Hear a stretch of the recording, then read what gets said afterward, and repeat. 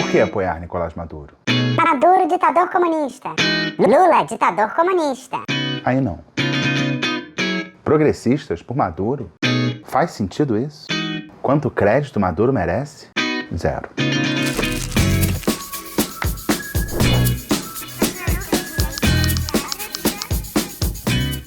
Coluna do Garrone de volta, tudo bem, gente? Tudo bem, tudo melhor.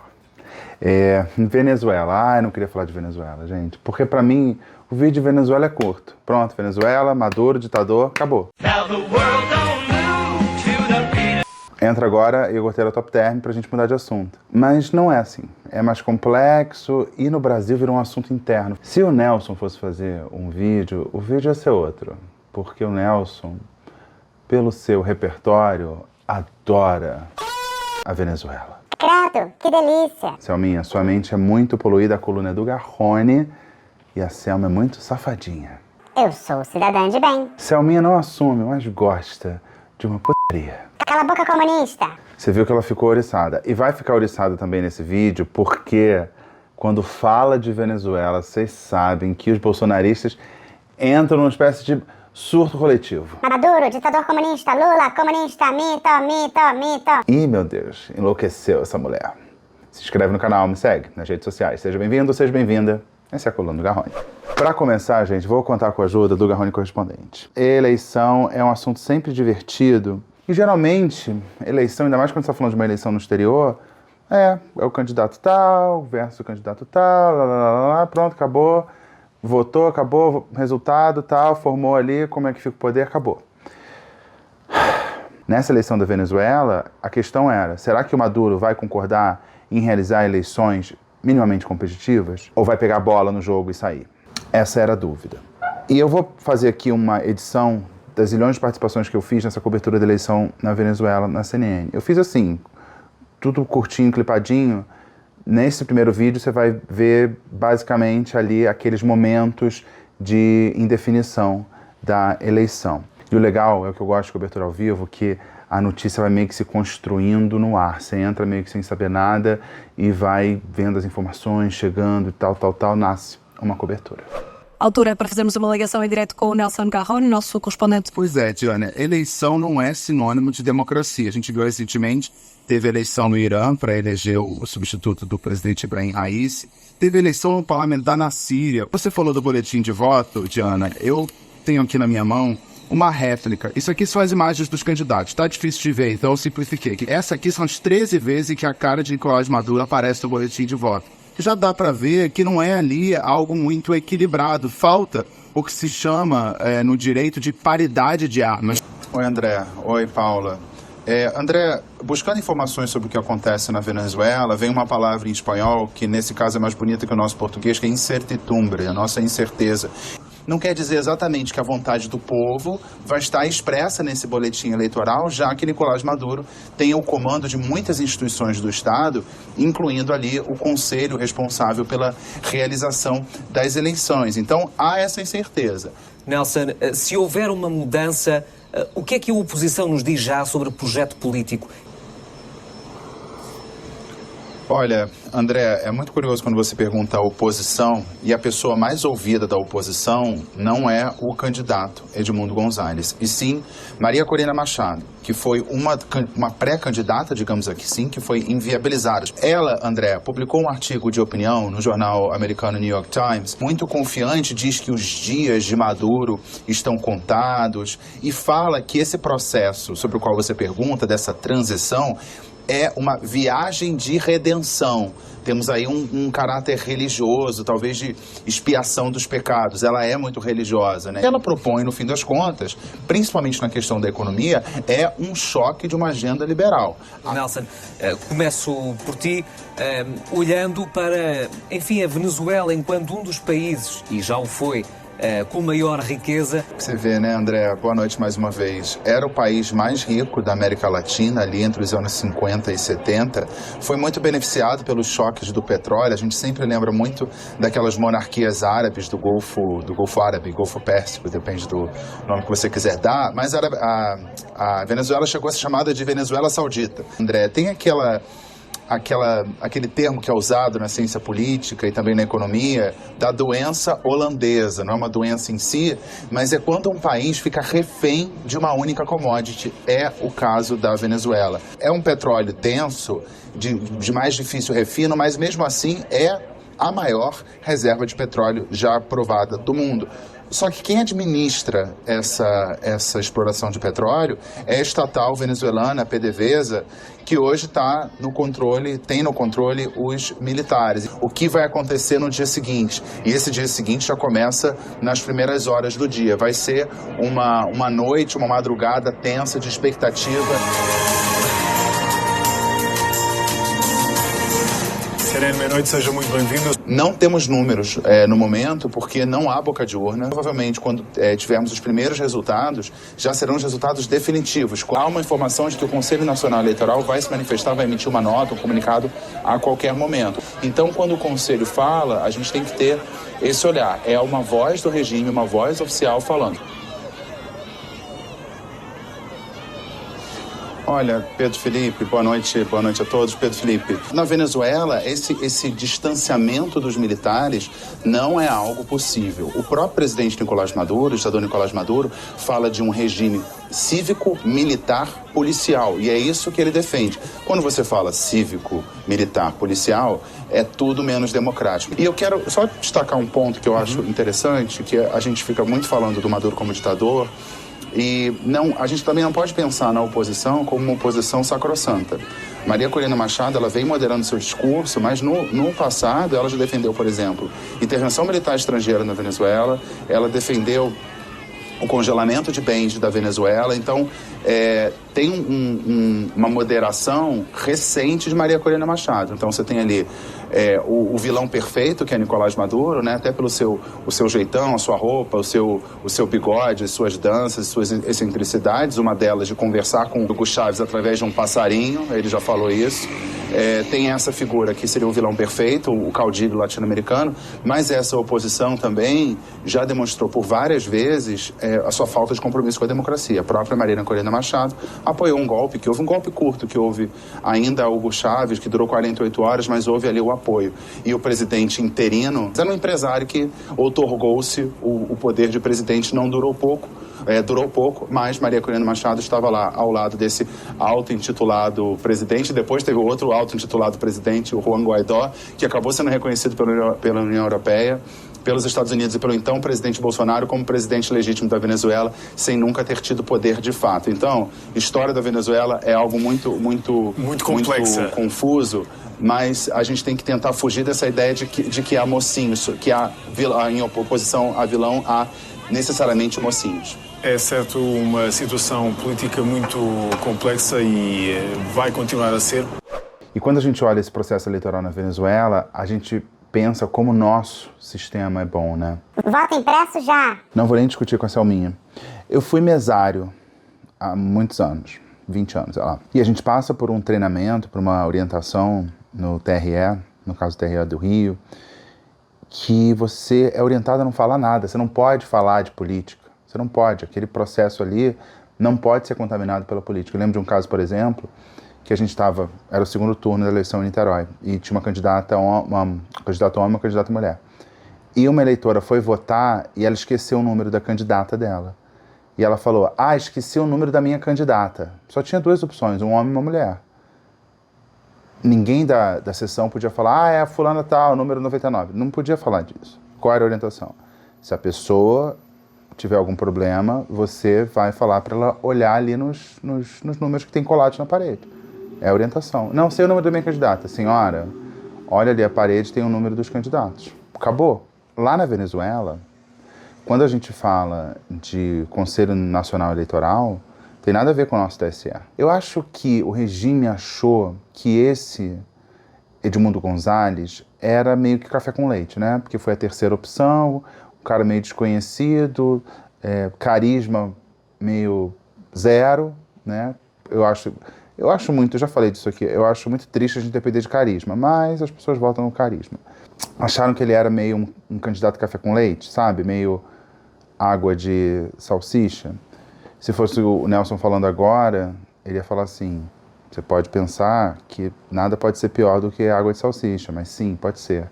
Já tomou água de chuca? Ai, viado, que é isso? Ai, que nojo! E agora a gente tem que falar do Brasil, né? O Lula errou. O Lula errou e vem errando, vem errando. Eu falei desse assunto em maio do ano passado, lá na CNN, quando o Lula acabava ali de celebrar a reabertura, a retomada das relações entre Brasil e Venezuela.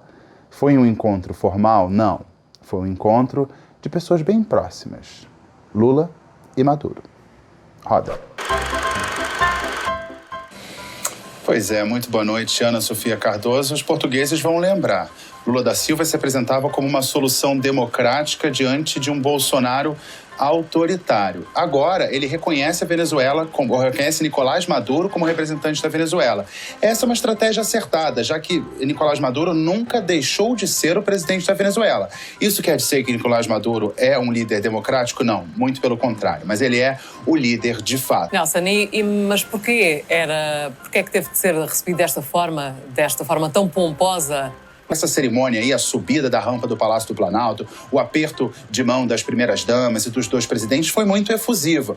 Eu acredito que deveria ser algo um pouco mais protocolar. O Brasil reconhece a Venezuela, assim como o Brasil, por exemplo, tem embaixada na Coreia do Norte. Isso não quer dizer que haja um apoio ao regime de Nicolás Maduro. Mas nesse caso, com esses apertos de mão aí sorridentes, fica muito claro que Lula da Silva tem uma proximidade com Nicolás Maduro e tem uma dificuldade de reconhecer ali que há uma ditadura na Venezuela. Mas será que nos bastidores houve algum tipo de pressão, por exemplo, para que Nicolás Maduro promova eleições livres e liberte os prisioneiros políticos? Não sabemos, esperamos que sim, mas em público, amigos, muito amigos, Ana Sofia. E na verdade o que fica são, para já, as imagens desta proximidade entre Lula da Silva e Nicolás Maduro. A gente viu algumas declarações do Lula nesse encontro com Maduro, dizendo que tinha democracia na Venezuela, que as opiniões contrárias a isso eram narrativas e tudo mais. Aí veio o Acordo de Barbados, entre Maduro, oposição, e mediados pela Noruega, davam ali uma luz no fim do túnel para quem acreditava que a eleição poderia ser realizada de forma justa na Venezuela. O Acordo de Barbados teve apoio do Lula, o Lula chancelou. Só que aí depois, logo depois do Acordo de Barbados, já foi lá, taxou de ilegal as primárias da oposição, desabilitou a Marina Corina Machado. No Acordo de Barbados havia ali um compromisso claro de acesso à comunicação, aos meios, pela oposição, o que não houve. Acesso do voto da diáspora, dos venezuelanos no exterior, para eles votarem, várias complicações, e o próprio fato de ter fechado a fronteira e fechado antes do tempo que disse que ia fechar. Já era meio estranho fechar, ainda mais fechar antes, as pessoas se programaram e tal, e não puderam cruzar a fronteira para votar. Se alguém vem da diáspora para votar, provavelmente é contra algo que empurrou ela para a diáspora. Havia ali escrito o convite para observadores da União Europeia, foram desconvidados. E ainda previa que o resultado da eleição fosse acatado. Quando o governo brasileiro fez críticas, mostrou preocupação, olha que coisa louca, olha que doidinho o governo brasileiro, falou que era um pouco estranho você tirar uma candidata da disputa. Veio a reação do governo venezuelano dizendo que o Brasil parecia ter escrito uma nota, ou parecia ter enviado uma nota escrita pelo Departamento de Estado dos Estados Unidos. Começou assim, isso porque é amigo, né? Isso porque é amigo. E aí, na semana da eleição, Maduro tava crazy people. Falou da história do banho de sangue, que se ele perdesse ia ter banho de sangue. O Lula falou que ficou assustado e quem perde as eleições é quem toma banho de voto, não de sangue. Gostei, essa frase eu gostei. E o Maduro mandou o Lula tomar chá de camomila e atacou o processo eleitoral brasileiro, diz que não é auditável, como também não é auditável o processo dos Estados Unidos. O TSE não mandou representante, nem ministro, nem funcionário, nem estagiário, nem o pejotizado, nem ninguém. Ou seja, depois da crítica de Maduro, o Brasil, de fato, não poderia chancelar aquela eleição. Se quem realiza aquela eleição não reconhece a eleição brasileira como legítima, como é que um profissional envolvido na eleição brasileira poderia avalizar essa eleição? Ele não teria credibilidade, na opinião do Maduro. Então, o Brasil não poderia ir. Mesmo assim, o Lula resolveu mandar o ex-chanceler, assessor de assuntos internacionais, o Celso Amorim, os embaixadores, ministros da Defesa, isso tudo. Podia não ter mandado.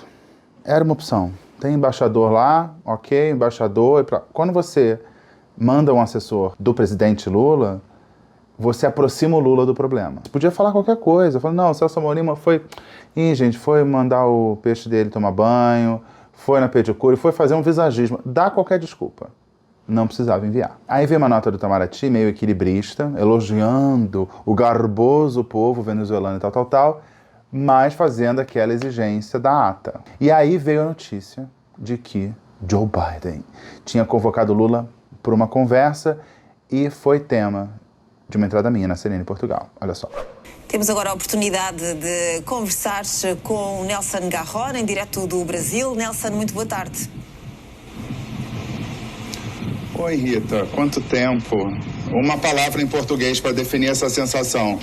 Saudade. Saudade, Nós vamos exatamente. falar da relação Brasil, Venezuela, Estados Unidos. Olha, Rita, o Brasil é visto como, digamos, um adulto na sala. A Casa Branca convocou essa reunião marcada para 7h30, horário de Portugal continental. E o Brasil, Rita, se meteu numa enrascada, porque Lula enviou o seu assessor especial, o seu assessor para assuntos internacionais para Caracas para acompanhar essa eleição. E a Venezuela vinha descumprindo a todo tempo aquele acordo de Barbados, fechado no fim do ano passado, em que se comprometia basicamente a promover eleições justas. E cabe dizer, Rita, que os Estados Unidos têm um interesse especial nessa situação da Venezuela, porque se a situação se agravar, isso pode aumentar o número de refugiados, de emigrantes da Venezuela que podem parar nos Estados Unidos, e isso pode complicar a situação eleitoral do Partido Democrata, ou seja, uma pressão maior dos venezuelanos na fronteira ali com o México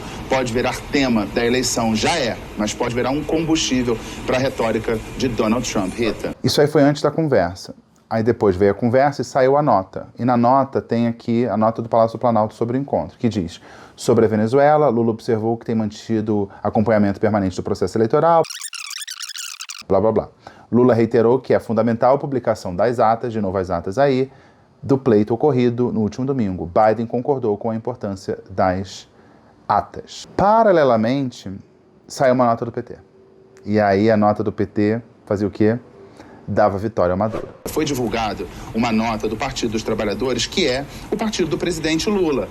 Apesar de ele não se alinhar sempre 100% com o partido e o seu governo ter muitos elementos até de direita, mas o Partido dos Trabalhadores disse que, olha só, Partido dos Trabalhadores em relação à eleição da Venezuela, jornada pacífica, democrática e soberana, e disse que o Conselho Nacional Eleitoral, que organiza as eleições, fiscaliza as eleições, mas é um conselho ligado, subordinado a Nicolás Maduro, o PT, Partido dos Trabalhadores, Partido do Presidente Lula, diz que este conselho dará tratamento respeitoso para todos os recursos que receba. Ou seja, o PT manifesta que acredita que o Conselho Nacional Eleitoral venezuelano vai dar todo o direito da oposição a recorrer e questionar a eleição, sendo que o processo, como eu disse, desde o início, desde o ano passado, quando candidatos foram impedidos de concorrer, como a candidata Maria Corina Machado, que é a principal representante da oposição, desde essa época, a Venezuela vem dando muitíssimos sinais de que não vai cumprir o acordo de Barbados, acordo mediado pela Noruega, feito entre o regime de Maduro e a oposição.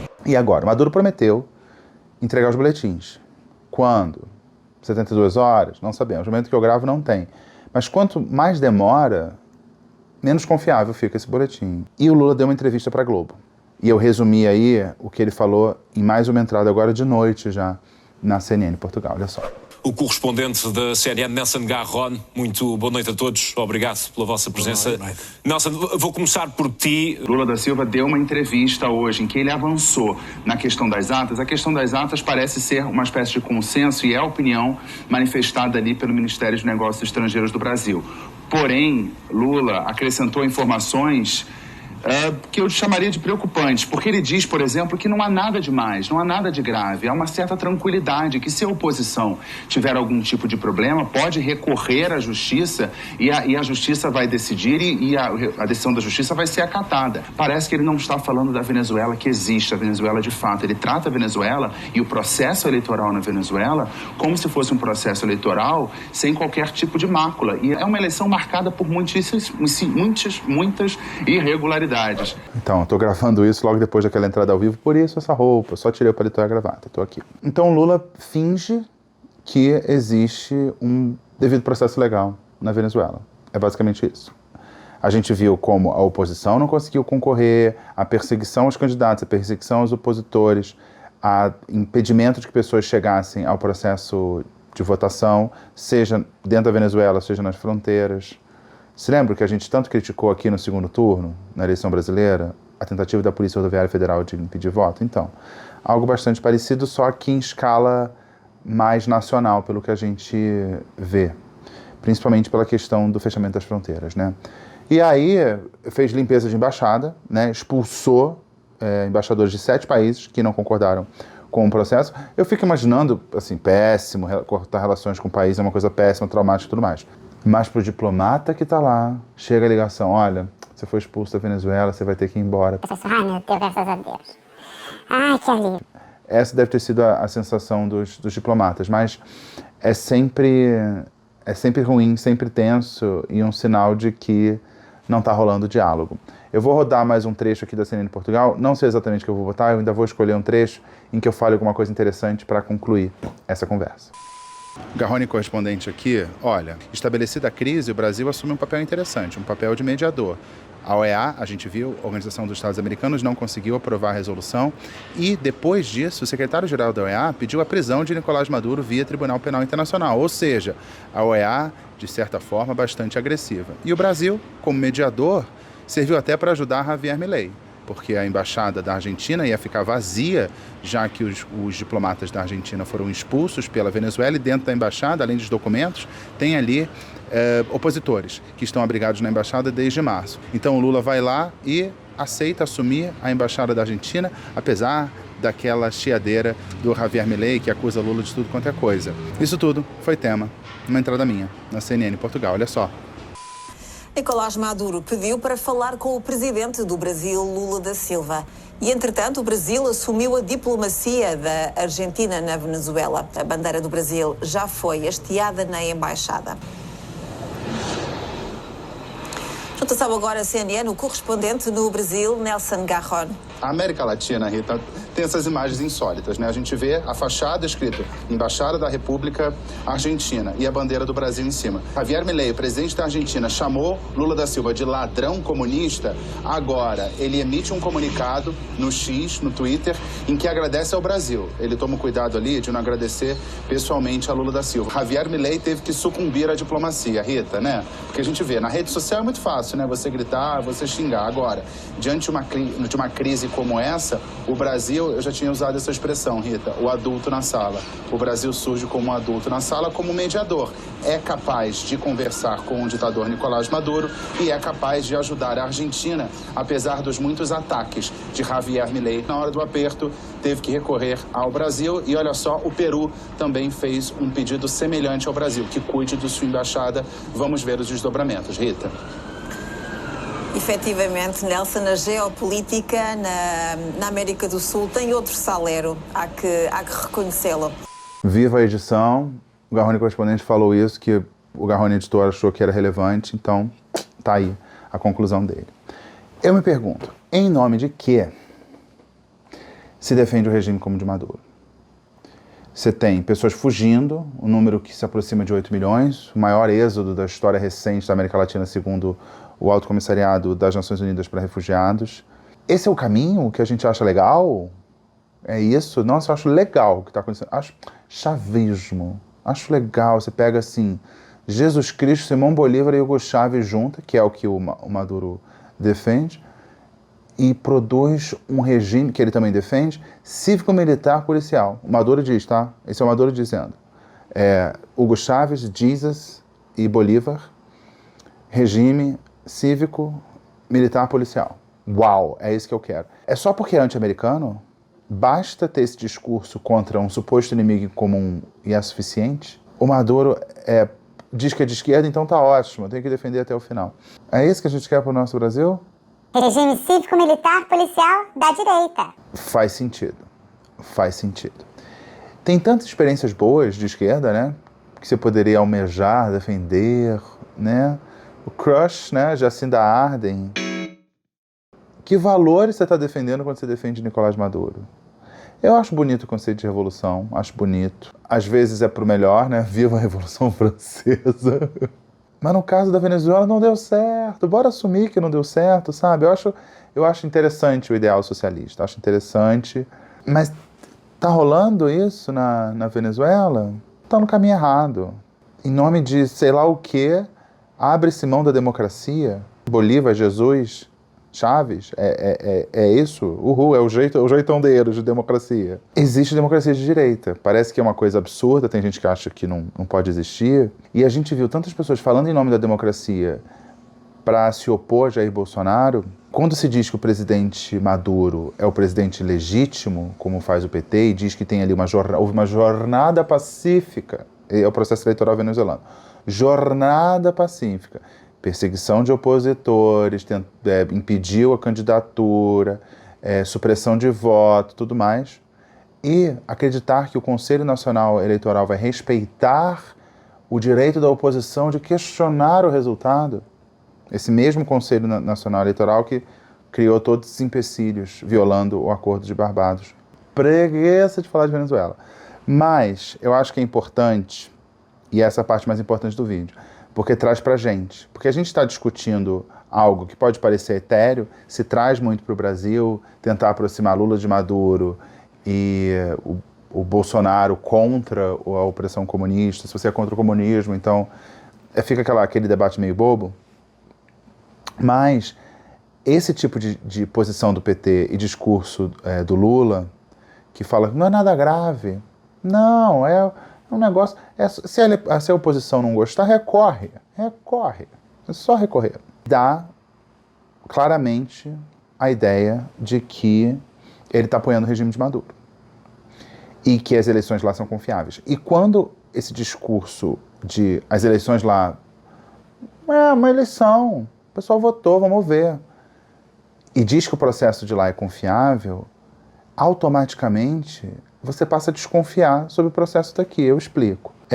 No ano da eleição, o Datafolha divulgou uma pesquisa que mostrou que 79% dos brasileiros confiavam nas urnas. 79%, ou seja, inverte isso aí, 21% das pessoas não confiam, 21%. Quando se diz que a jornada da eleição foi pacífica, foi democrática, que o Conselho Eleitoral da Venezuela é muito respeitoso, a gente atrai para o Brasil uma suspeita sobre o nosso sistema eleitoral.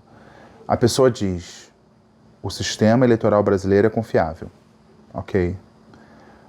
O da Venezuela também. Aí não. Você entrega de graça para a extrema-direita informações corretas, verdadeiras e públicas para embasar todas as conspirações. Eles não precisam de informações factuais, nós sabemos disso. Viva o Vinuzap. Mas quando você faz toda essa manifestação, um esforço para apoiar Nicolás Maduro e para dizer que aquele processo é legítimo, você perde credibilidade para dar a sua opinião sobre o sistema brasileiro. E as conspirações bolsonaristas ganham um verniz de realidade. Aí você pode pensar, não tem nada a ver, uma coisa está lá fora, outra coisa é aqui dentro. Você não gosta disso, você acha que é uma distorção da extrema-direita. Aumenta a desconfiança, Essa proximidade, mandar um enviado, sendo que recusou o observador da União Europeia, recusou a ida do presidente Alberto Fernandes da Argentina, que é um peronista. Prisão, perseguição, um processo nada transparente. Eu não entendo essa proximidade. Só porque ele critica a extrema-direita e é contra o fascismo, aí você vê na boca dele, contra a extrema-direita, contra o fascismo, logo estamos juntos no mesmo barco. E o pior de tudo, ele é brega. Aquelas roupas coloridas, sempre uma coisa de uma dancinha num evento, essa coisa de exaltar a própria masculinidade, e fica falando em Deus, e não é assim, eu acredito em Deus, ok, bonito, pode acreditar em Deus. Não, a pessoa fala em Deus e fala o que Deus quer. Nesse caso da Venezuela, Jesus, Bolívar e Hugo Chávez, tá? Nessa Santa Trindade. Deus me disse, o Maduro tá nessa. Só que a gente aqui no Brasil parece que gosta de uma breguice. Gosta de uma breguice, aquelas piadas de cunho sexual do Bolsonaro, né? O cara foi processado e perdeu porque falou que a Patrícia Campos Melo deu furo. O Lula também, o tesão de 20 anos de idade, sabe? Quanto mais velho eu fico, mais eu defendo essa coisa da institucionalidade, sabe? Porque não fica ambíguo. Não fica ao sabor dos caprichos, da subjetividade de um político. Por exemplo, você pensar no institucional. Um presidente não vai ao encontro que está marcado com outro presidente. É uma coisa séria, não ir a um compromisso. Qual é a desculpa? O presidente está doente? De quê? É grave? Não estava doente porque estava cansado? Como assim? Ele não está dando conta do próprio trabalho? Então, assim, qualquer posição institucional manda recados muito, muito contundentes. Aqui, a gente, como é uma coisa meio escrachada, se o Lula faltar um compromisso, é capaz dele falar assim, não, porque meu Corinthians ganhou e a festa ontem foi até tarde. E se fosse o Bolsonaro, ele fala, porque eu tava comendo a tua mãe. É esse nível de baixo nível. E a gente vai aceitando essa informalidade, a ponto da medalha 3Is, sobre a qual eu fiz um longo vídeo aqui do imbrochável, incomível, intragável não é, imbrochável, incomível, incomível. Ah, Renatinho, põe a terceira palavra aqui que eu esqueci. Virou uma coisa legal, virou uma medalha que se dá de presente para demonstrar apoio político.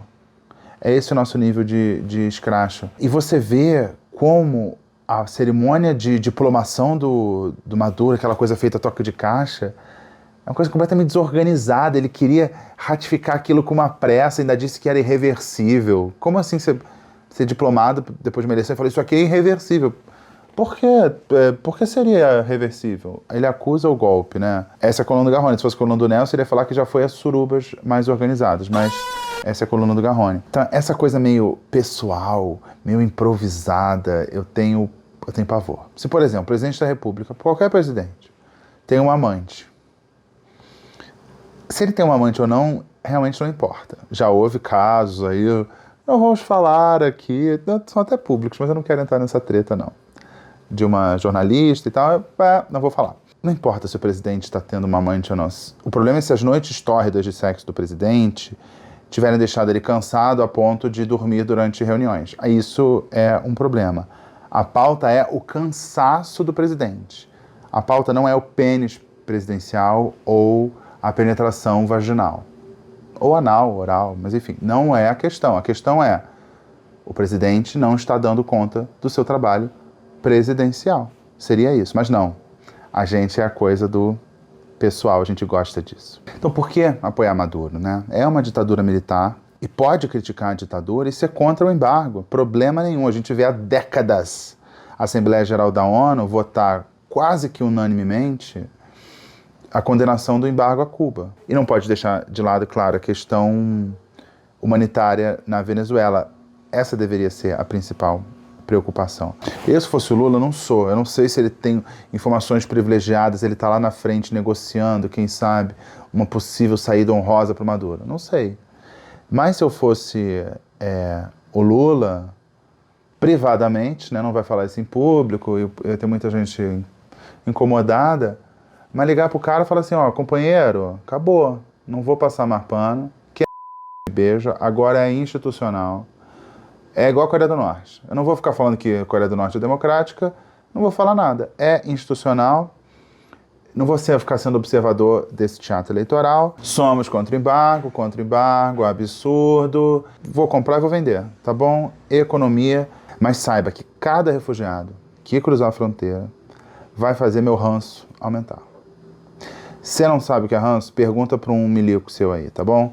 Ciente e paga a dívida do BNDES, por favor, senão eu vou soltar aí que você é homofóbico e a esquerda cirandeira vai descobrir que você é ditador. Mas ditador parece que não ligam muito, mas vai descobrir que você é homofóbico, e homofóbico eles não toleram, tá bom? E a Janja tá mandando um beijo pra Cília, tá bom, amigo? Beijo. Pronto, daria para resolver de outro jeito. E de novo, essas críticas dos bolsonaristas agora ganham lastro na realidade. Eles não precisam da realidade, né? E aí eu vou para uma conclusão que pelo menos eu consigo ver um lado bom dessa história, é que os ditadores, os mais filhos da p... de todos, gostam de uma simulação de uma eleição, eles precisam dar um verniz, precisam daquele teatro, dar um verniz, tem que ter uma coisa assim do voto, do não sei o que, o dia da eleição, tal. Tem que ter o ritual, tem que ter ritual. A democracia é de verdade, né? Essa democracia que tem um povo de farda ali, querendo participar, farda pra selva, não combina com democracia. Eu tenho uma regra, assim, você tem direito a um ditador brega pra você escolher, pra dizer que gosta, tá? Eu vou dar aqui 2 sugestões, tá bom? Um deles, menção honrosa, ainda não é em primeiro lugar, mas menção honrosa é pro Jean Bedel Bokassa, que foi o presidente da República Centro-Africana, mas é presidente que se coroou rei. E era brega. Então gosto dele, tá bom? Não do Maduro. E outro que é meu preferido é Xodó, vocês sabem que eu sempre vou roubar pra ele, que é o Muammar Gaddafi da Líbia, um dos piores ditadores, uma das piores pessoas, uma pessoa horrorosa, um sádico, um estuprador quanto mais, um hipócrita, para falar o mínimo, mas ele arrasava e vencia na categoria escândalo. Escândalo de violação de direitos humanos também, mas principalmente um escândalo de moda. Olha só. Renatinho tem imagens melhores. Isso, viu? Escândalo. Pronto. Só que é um detalhe importante. Na minha regrinha escolha um ditadorzinho para você achar fofo, escolha um excêntrico, bem excêntrico e morto. Vivo não, tá? Tipo Maduro. Garrone diretor aqui. Muitas pessoas nesse Garrone verso. Seguinte, saiu uma nota que eu acho interessante para incluir nesse vídeo. Uma nota de Brasil, México e Colômbia, que fazia uma espécie de terceira via ali em relação ao que acontece na Venezuela. Houve aqueles países que reconheceram diretamente a vitória de Nicolás Maduro. Eu estou falando de Rússia, China, Irã, Cuba. E teve outros como o Peru, que foram por outro caminho. Reconheceram a vitória do Edmundo González. Essa nota entre Brasil, México e Colômbia sai depois de muita discussão e chegou ali a um texto mínimo, que tem uma questão séria. Como seria feita ou será feita essa revisão do resultado? Se você botasse um organismo internacional, você poderia achar que era algum tipo de intervenção na Venezuela.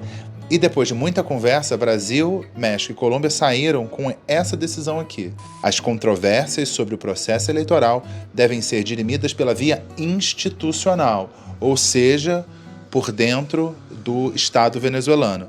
O princípio fundamental da soberania popular deve ser respeitado mediante a verificação imparcial dos resultados.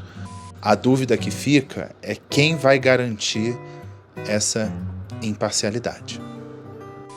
É hora de Maria Maria. Vocês estavam com saudade dela, né? A Maria Maria, ela é muito otimista. Ela tem a extrema mania de ter fé na vida. E o desejo dela é que o Brasil seja uma democracia plena.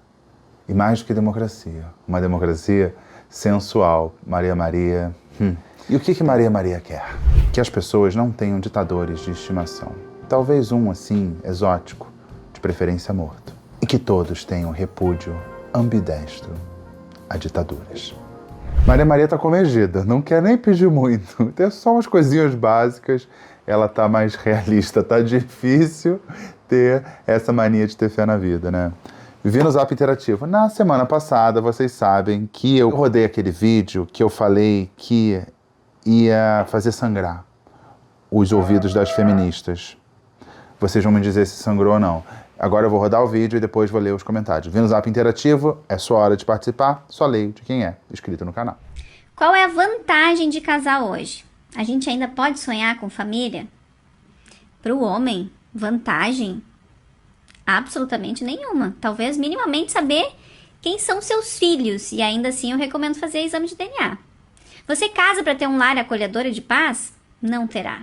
Porque as mulheres têm hoje autoridade do lar, e o que significa que se você falar que não concorda com alguma coisa, você é o tóxico, leva uma medida protetiva que vai manchar o seu currículo e a sua honra, pode te fazer perder o emprego, contratos, as suas conquistas, enfim, tudo que você trabalhou para construir.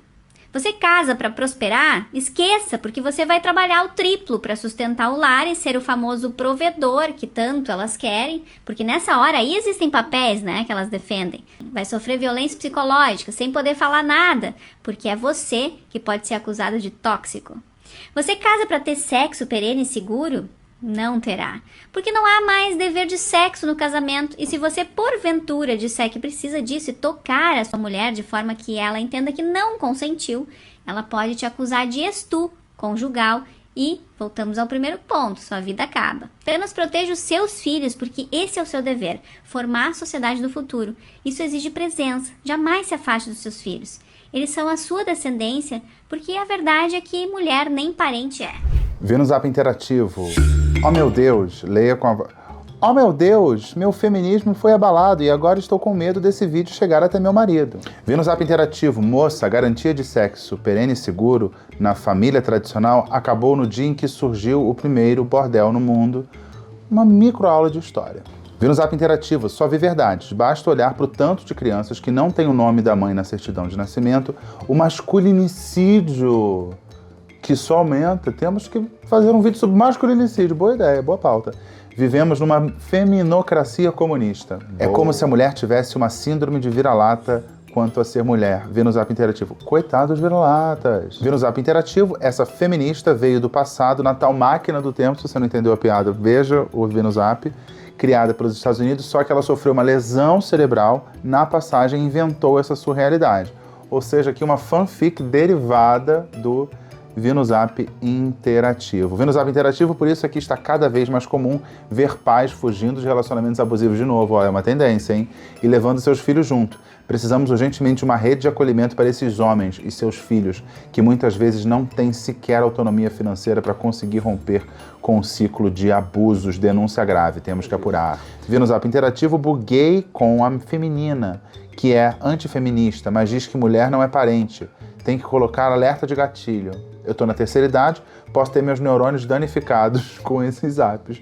Garrone ao máximo, ouvir e compartilhar essas pérolas de ignorância, só muito amor mesmo. O nome disso é amor. Então aqui, alerta de gatilho.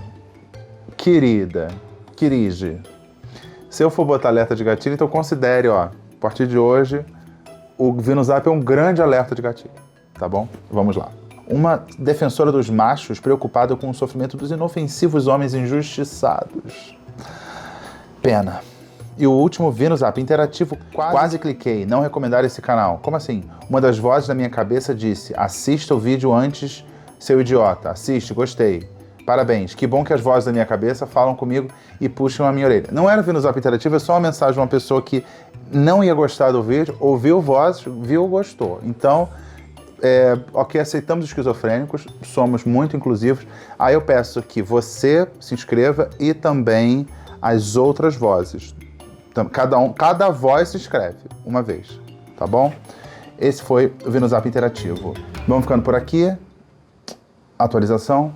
O Nelson tá bem melhor. E vejam o vídeo do Vênus App, que eu tô publicando depois desse, tá? O tema do Vênus App dessa semana. Te dou um doce se você acertar. Pois é, Venezuela. Colando Garrone fica por aqui. Um beijo.